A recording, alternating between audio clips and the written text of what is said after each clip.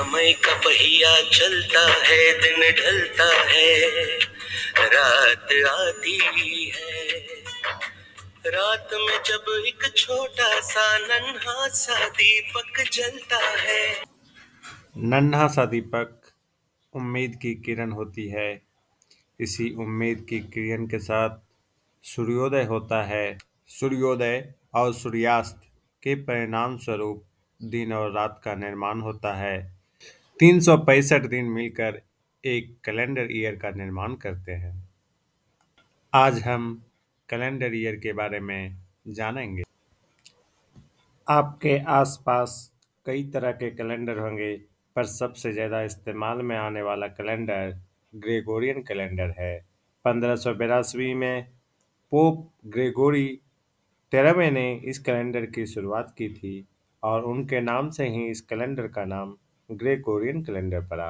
इस कैलेंडर के मुताबिक 1 जनवरी साल का पहला दिन होता है। ग्रेगोरियन कैलेंडर के हिसाब से साल के 365 दिन होते हैं, लेकिन हर चौथे साल में एक दिन बढ़कर साल के 366 दिन हो जाते हैं और ऐसे साल को लीप वर्ष कहा जाता है। सूर्य पर आधारित ये पंचांग ऑब्लिक कैलेंडर 400 सालों बाद फिर दोहराया जाता है। भारत में सभी प्रशासनिक कार्यों में ग्रेगोरियन कैलेंडर का इस्तेमाल होता है, लेकिन भारत के प्रमुख त्योहारों और व्रत की तिथियों को गणना के लिए पंचांग का ध्यान रखा जाता है।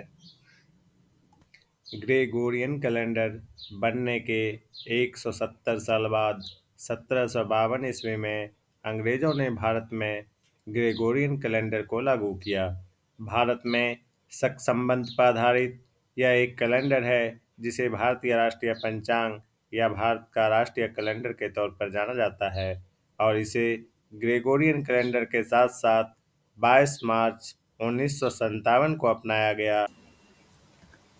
ग्रेगोरियन कैलेंडर का आधार जूलियस कैलेंडर है और जूलियस कैलेंडर की गिनती ईसा के जन्म से की गई है।